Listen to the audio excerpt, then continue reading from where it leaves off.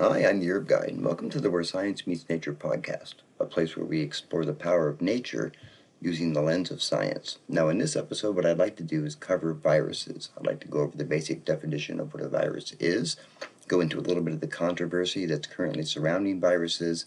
We'll talk about how they function in a host cell, and then we'll move on, of course, to the meat of the whole matter. We're going to talk about various herbs and how they affect viruses on a molecular level. And then, of course, hopefully you'll stay tuned all the way to the end, and we're going to discuss episode 3, which I think you'll be surprised. So what exactly is a virus? If you look at the dictionary definition of what a virus is, it states, a virus is a microscopic infectious agent that can only replicate inside the living cells of an organism.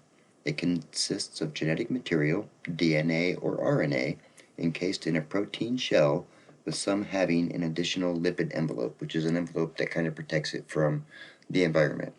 Now it goes on to state that viruses rely on the host cell's machinery for replication, making them dependent on other organisms to reproduce, meaning that they cannot reproduce by themselves. They have to have a host organism, which is where we come into the scientific controversy surrounding viruses. At least in the last 10 years or so, one of the leading consensus in regards to viruses is that viruses are not alive. They're not a living organism. They don't metabolize, they are unable to live outside of a host cell, and they are dependent completely on a host just to survive. Now, my problem with that is, while that sounds like that's a pretty good argument, okay, so it has to have a host and it can't just live on its own. However, viruses have to come from somewhere. Where do viruses come from? Well, it depends on where you look, right? On a genetic level, they they have been here forever, at least as far as we know. It's kind of hard to find fossil evidence of a virus because they're microscopic, but we know that they've been around for a very long time. Okay, since I have been very young, and up until just very recently, I had always run under the assumption that viruses are alive. Now, if you look at my logical arguments on to why I think viruses are alive, let's go into just a couple of things. So the unalive argument is that viruses cannot have homeostasis, which means they can't live independently outside of a body, and they are unable to metabolize a food source. That is the unalive argument. So here is my arguments, plural, for viruses not only being alive, but they are definitely an organism. So the very first thing that I have on it is they have RNA and DNA. So they have distinctive DNA that makes them unique in them, and same with the RNA. And they are able to take that DNA, they take their DNA, they inject it into a host cell, and somehow, I don't know how, but somehow, they use the energy of the cell to replicate themselves, so they make essentially a duplicate of themselves off of the host cell to create a new cell, which oftentimes leads to the death of the host cell. So if you look at it that way, isn't that kind of a form of metabolizing? Somehow, then they can't explain how, somehow a virus is able to inject its DNA into a host, and the result is an organism that is an offspring of the original virus. Now, for me, just that alone kind of indicates that it has some sort of life, right? Okay, so the first argument we have is replication. We've determined that viruses are able to replicate, okay, like other forms of life. And then we have the life cycle. I mean, it's in the name alone, life cycle. They have a distinctive life cycle where they go through various stages, and each stage represents a different form of when the virus is able to mature and split. So, I mean, if you have a life cycle, that alone in the name could inherently imply that it is some form of life. But it does die over time. It has an age range where it'll go. Obviously, when it's outside the host, it'll expire because it doesn't have the host. But I mean, it does have a distinctive life cycle. So that's our second argument. My third argument on this is the ability to evolve. Viruses have the ability to evolve over the course of, even a single generation. They can evolve to be better able to get around your immune system. They can evolve to be better able to attack certain kinds of cells. So they're able to evolve and adapt and change to their environment depending on what their particular living situation is required or is needed. So, I mean, just those 3 or 4 arguments alone for me is enough for me to logically dictate or at least state in my mind that I can't see as viruses being not alive. So, I don't know whether this is the current scientific community trying to gaslight us and tell us, oh yeah, it's never alive. I do know this. I do know that if they happened to find a virus on the moon, or if they find a virus on Mars, the first headline it would be, life found on moon or the Mars, right? Well, you can't have it both ways if it's not alive, but you're able to find it on something like that. And I'm not saying they have, but I'm just saying if they did, the first thing they would say is, hey, there's evidence of life on these 2 planets. So, I mean, they do have life cycles. They have DNA. They can replicate or reproduce. They have a specific life cycle, so they have an age range that they can live for, and they're able to evolve. Now, from my perspective, that tells me that the 2 arguments that they have against them being alive don't outweigh all the other evidence of why I think they are alive. Now, when we go even further with that, I can even give examples of other organisms that share similar traits to viruses. Let's talk about parasites. Parasites can't live outside of a host. Parasites are unable to, have that quote-unquote homeostasis where they can just live independently. They have to have a host in order to be able to survive. So you're not going to find tapeworms rolling around on the ground. You're not going to find heartworms crawling on a tree. They're going to be in specific locations because those parasites require a specific environment just in order to live. Okay, so that's another argument. And then you have the plant parasites. So I have one example. How about mistletoe?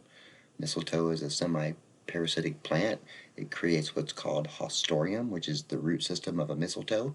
It goes directly into a tree. So it goes through the bark and into the lifeblood of the tree, or the quote-unquote bloodstream of a tree, in order to get its nutrients. You can't grow mistletoe on the ground. You can't grow it on different kinds of plants. It is specifically found in trees, and it only reproduces when birds spread the seeds from tree to tree, leaf to leaf, however they eat it and when they move it. So, it can't live independently either. So does that mean that parasites and mistletoe aren't alive either because they can't survive independently? I'm not really sure. So I would like to see what you think. If you think that viruses are alive, or if you think that my logic is sound, right, and I'm coming across this with a logical approach, would you say that viruses are alive? Because I certainly kind of feel that viruses definitely are living organisms.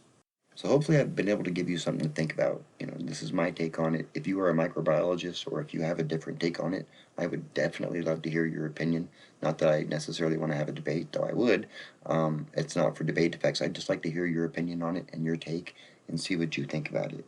So now that we know all of that about viruses, this is all well and good. I finally got that out of my bloodstream. Let's talk about how viruses replicate. How do they replicate? Well, typically speaking, once a virus has found its host, it will attach to specific cells. It'll attach to specific receptors in cells.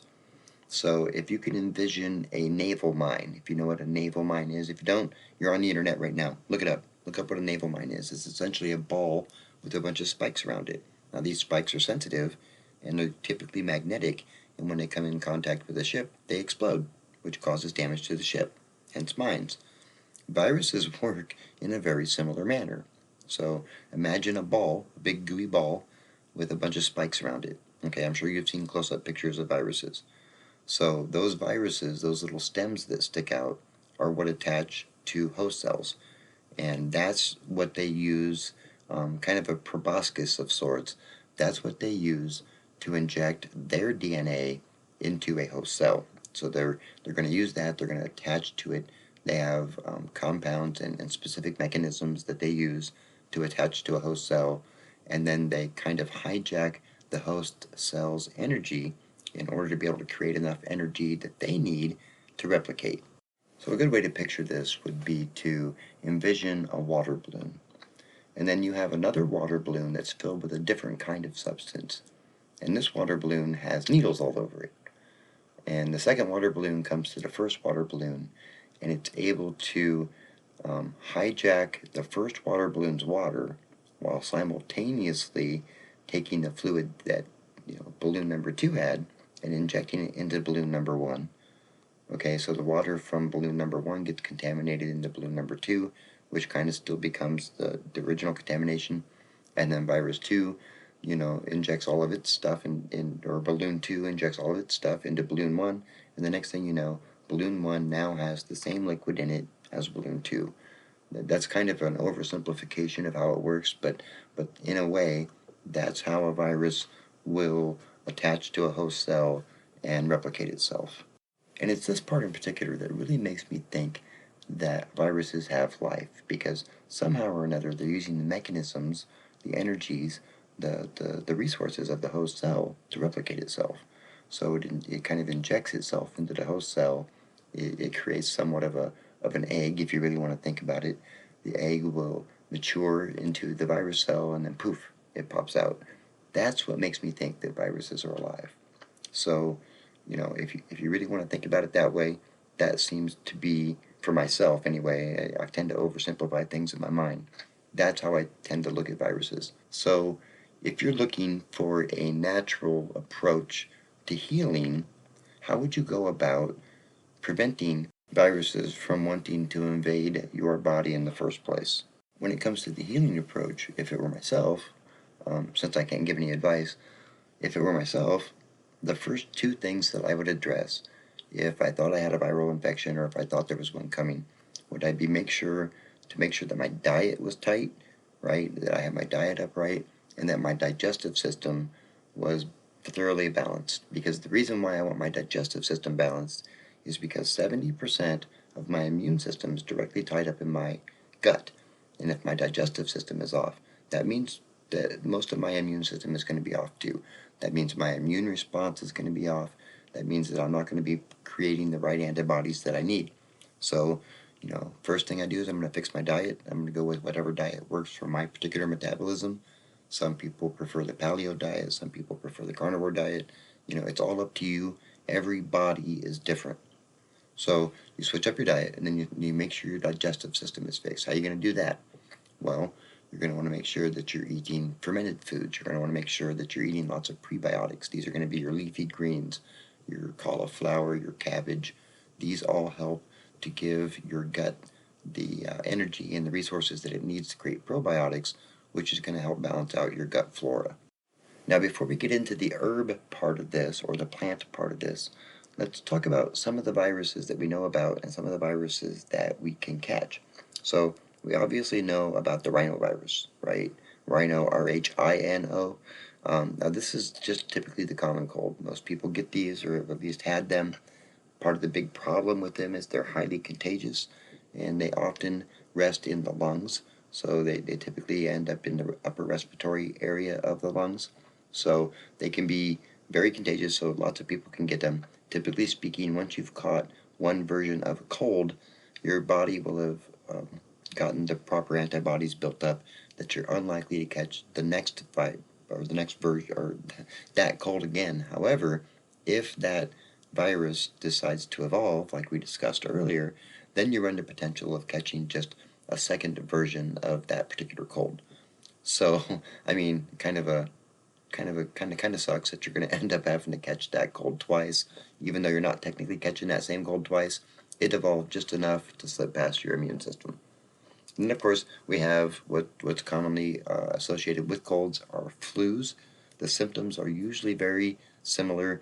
Flus are obviously they're pretty contagious as well. They tend to cause fevers. You'll get body aches. They also reside in the respiratory system.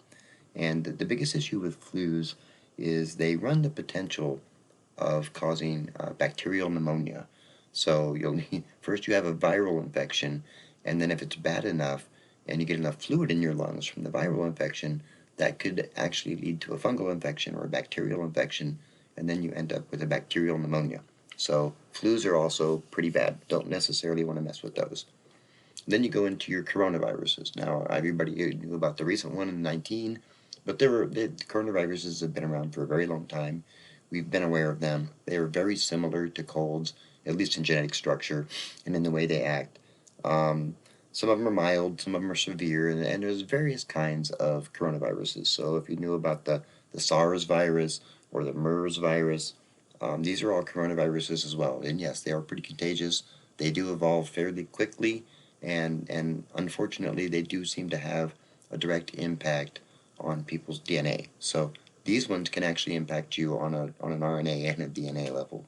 And then, of course, there were the few of the ones that have some social stigmata that are not necessarily as good. So you have your herpes virus, right? So you have your oral and genital herpes. They don't necessarily present um, evidence or symptoms all the time. So, every now and then it'll happen. You get a cold sore once a year, once every 2 years, or maybe when you're stressed. And of course, you get the sores in other areas and for very similar reasons. Um, it's purported that these are permanent and uncurable. And I have a theory on that, and I think there's a way to approach that one in a more natural level. But that would be something for another discussion, maybe a different podcast discussion. I don't know. Maybe we'll put it up for a vote. But I have a theory on the herpes thing, and I have a feeling that there are some natural approaches that could be quite effective if they were given the proper chances.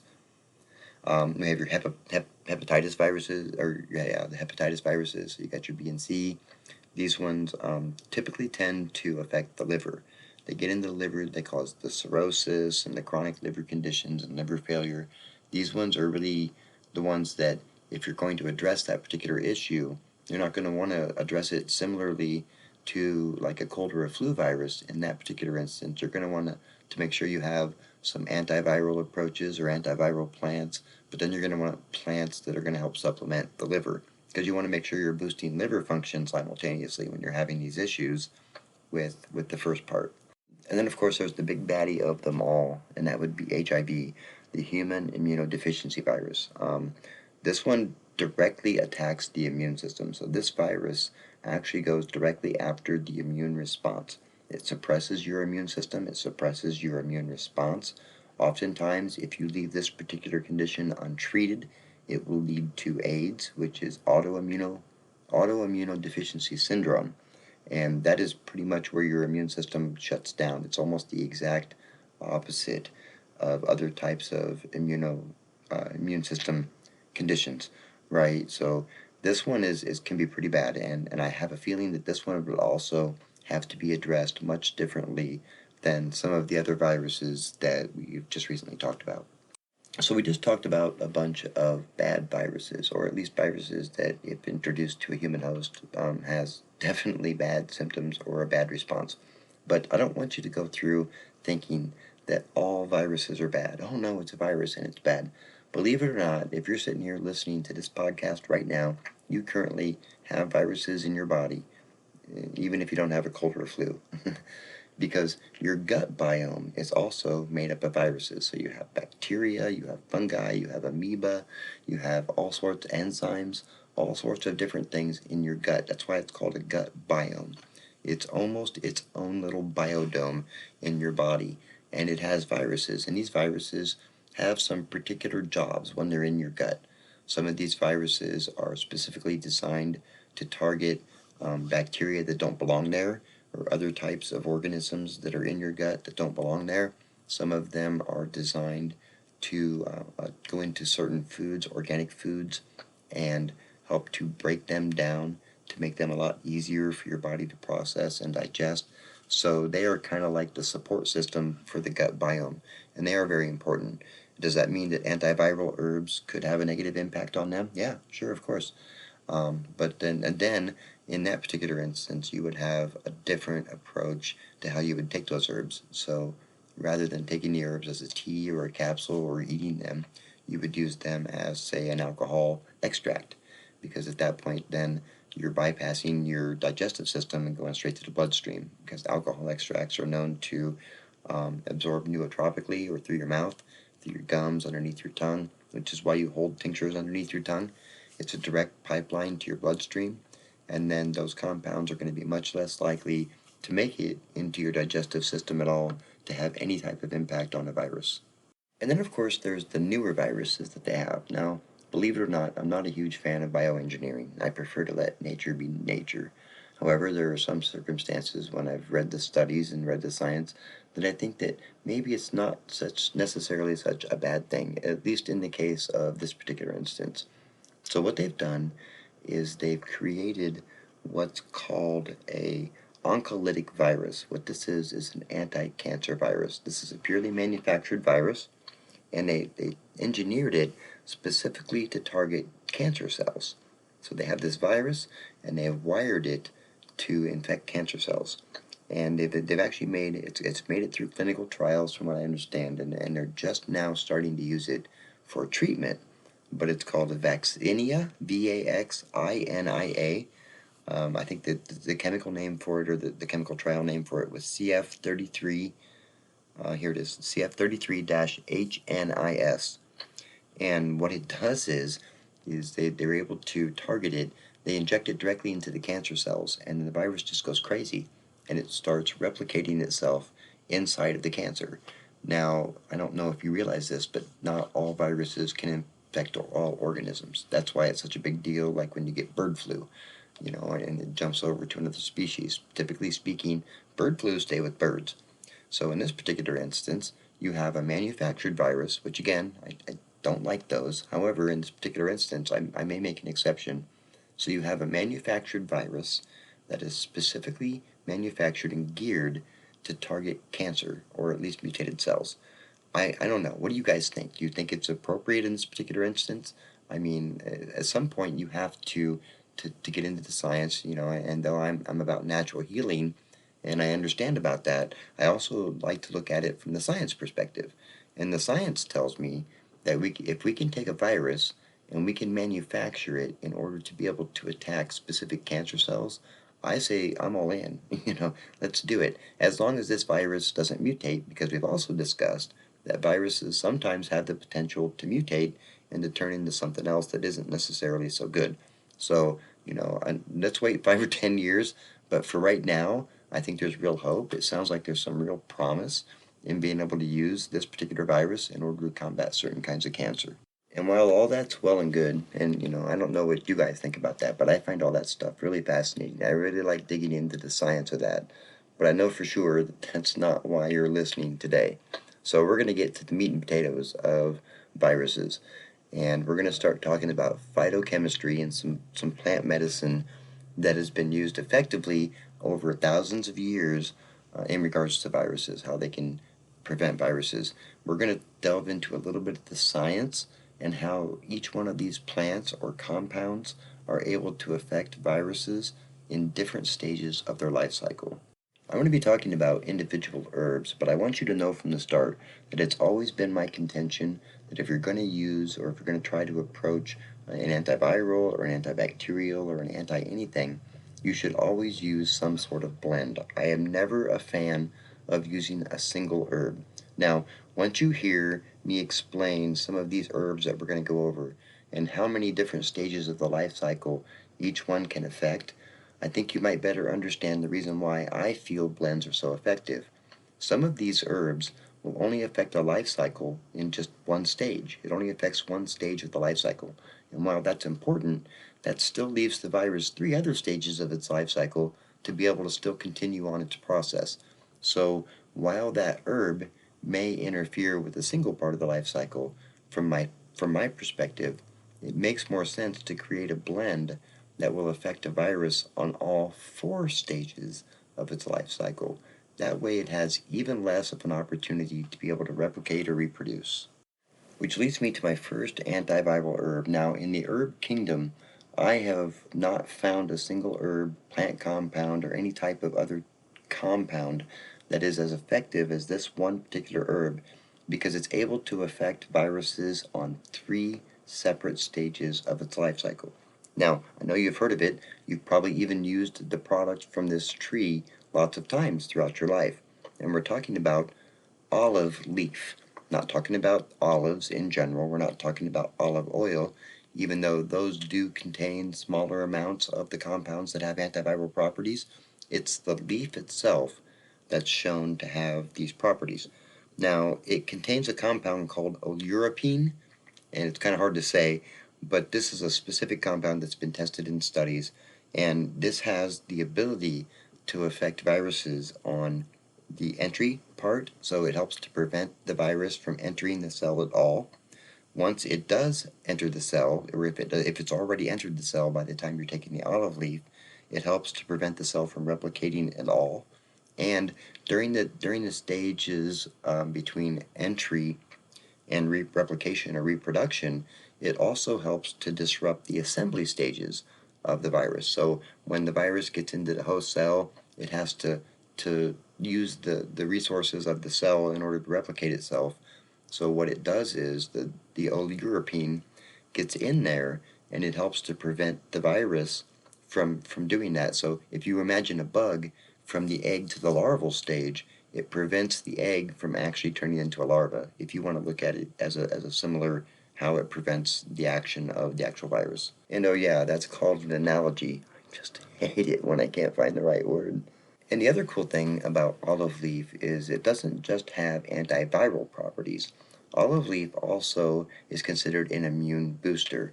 Olive leaf has a direct impact on your immune system. So your immune system is actually going to boost its response to the virus, while the olive leaf is simultaneously attacking the virus. Pretty neat, huh?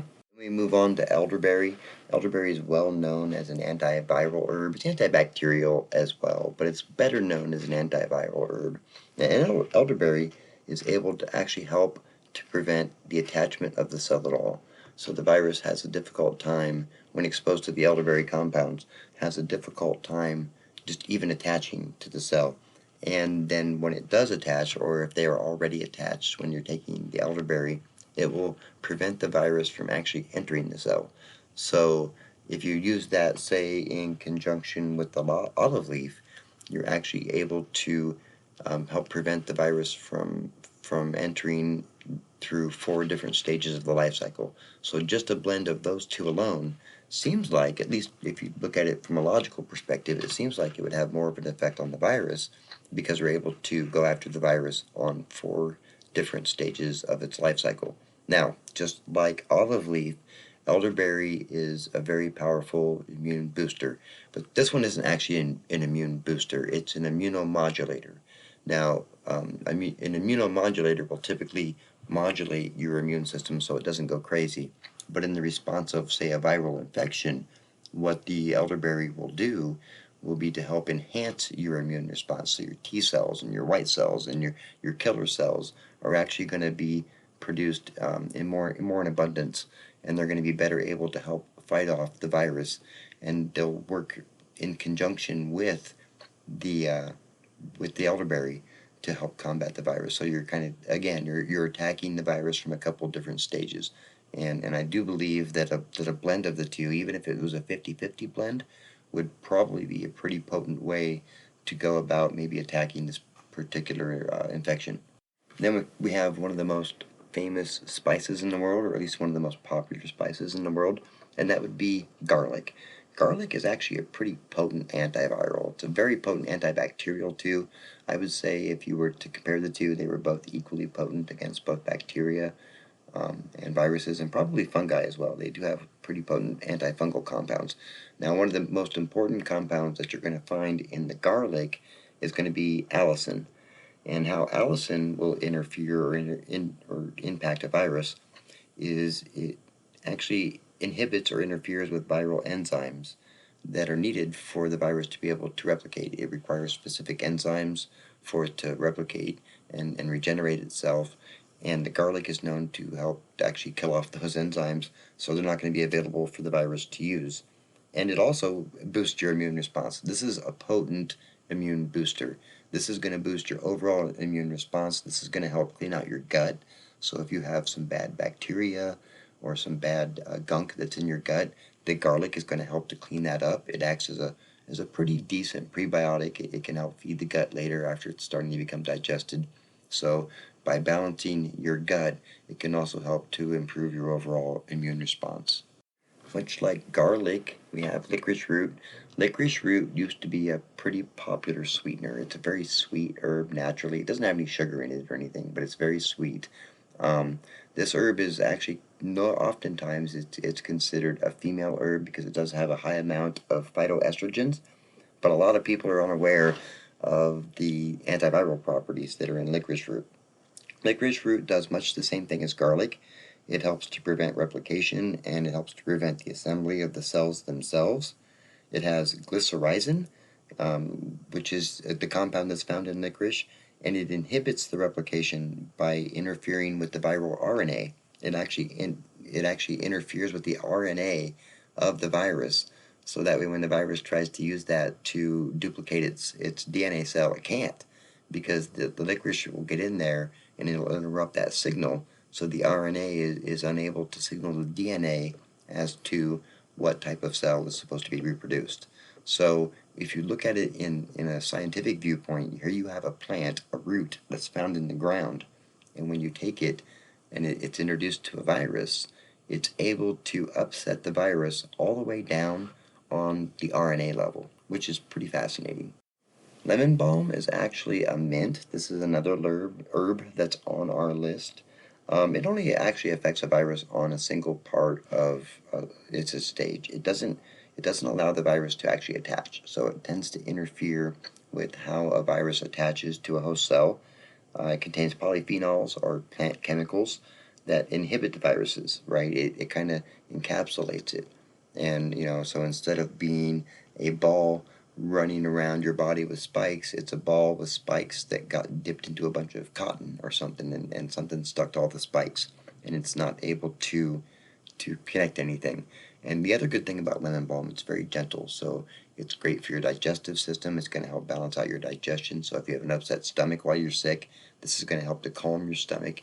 The mintiness is also going to help with being able to breathe a little better. It's going to help relieve congestion. And overall, lemon balm should help you feel quite a bit better. At the very least, if you add it to the tea that you made with all the other herbs, it'll make it taste a lot better. The more popular antiviral herbs that are out there has to be echinacea. This is one of the most popular immune-supporting herbs in the world. It is one that stimulates your immune cells, so this is going to have a direct impact on your immune system first. It's going to make all of your immune response to increase and react towards the infection. But it also has the ability to disrupt viruses on the entry stage.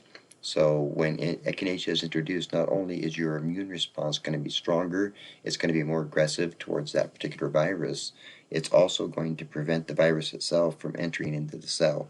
So it has, again, a double impact. Now, it doesn't have as many benefits to the life cycle of the virus as some of these other herbs that we've talked about.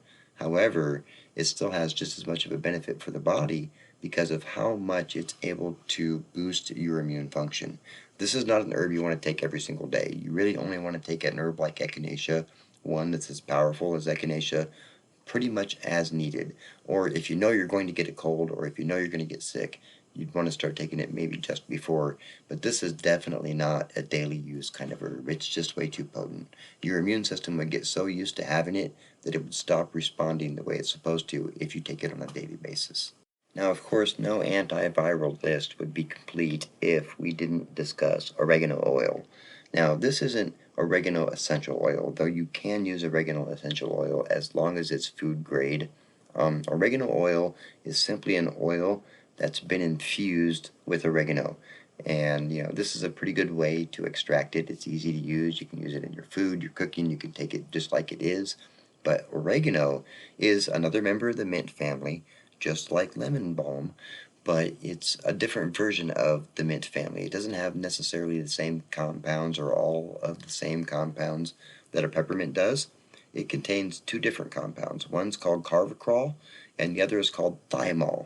And these are very interesting compounds. When these have been tested in test tubes, these have been tested in clinical trials, animal studies, human studies, and it's been shown that these two compounds from the oregano oil actually disrupt the viral envelope.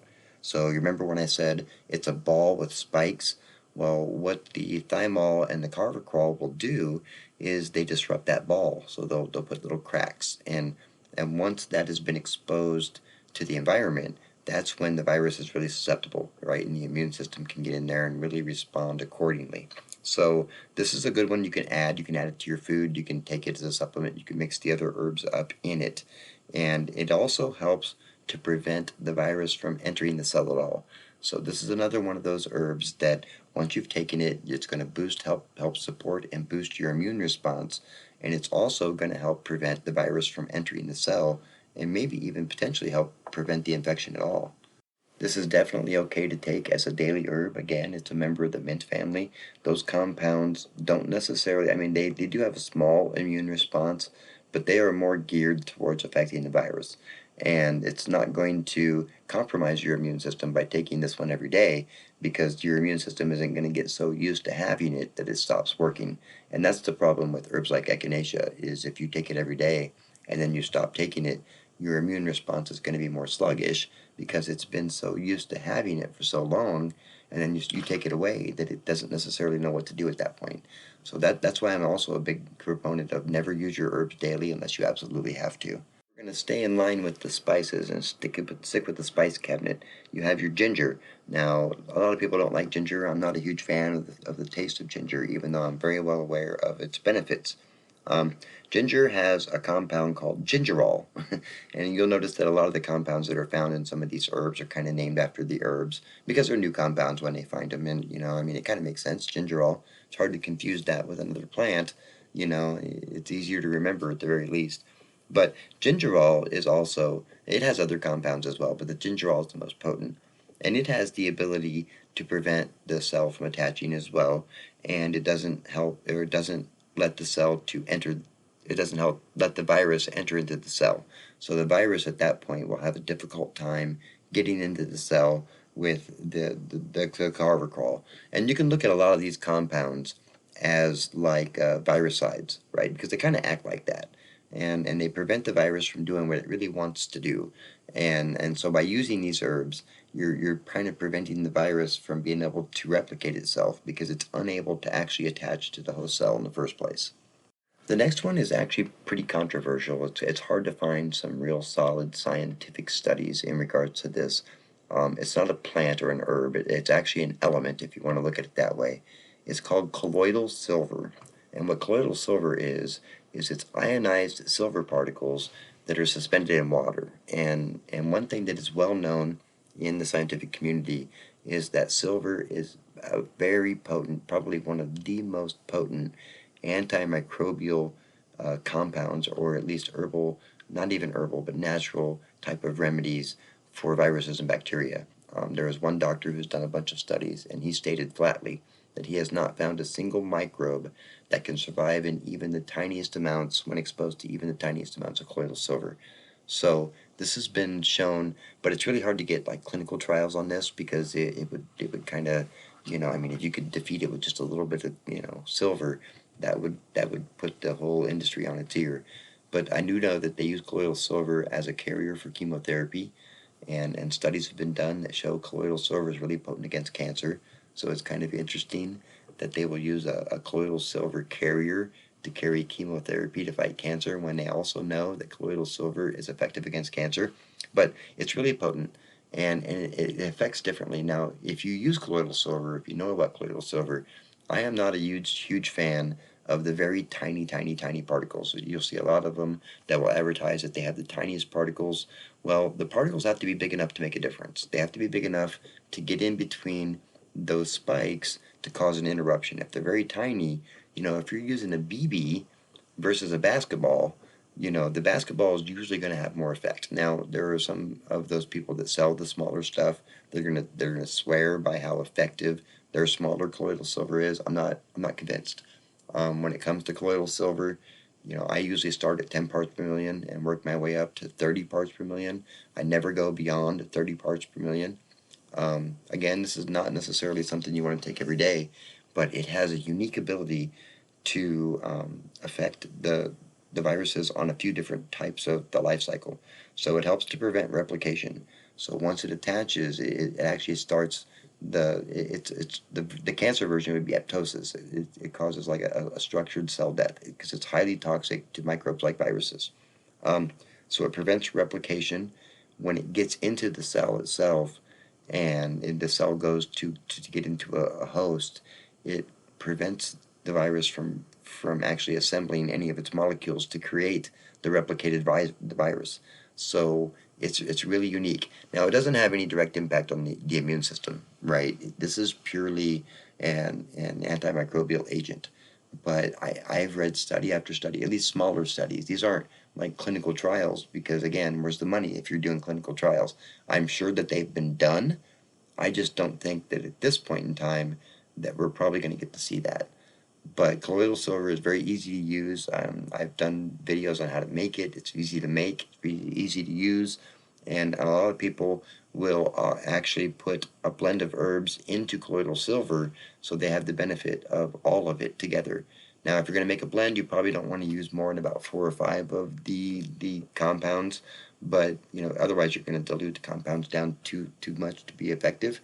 But if you pick the right 4 or 5, depending on the virus you're going after, I don't see how this could not work. But that's just my opinion because I am again an herbalist, so I definitely prefer the natural solution to this.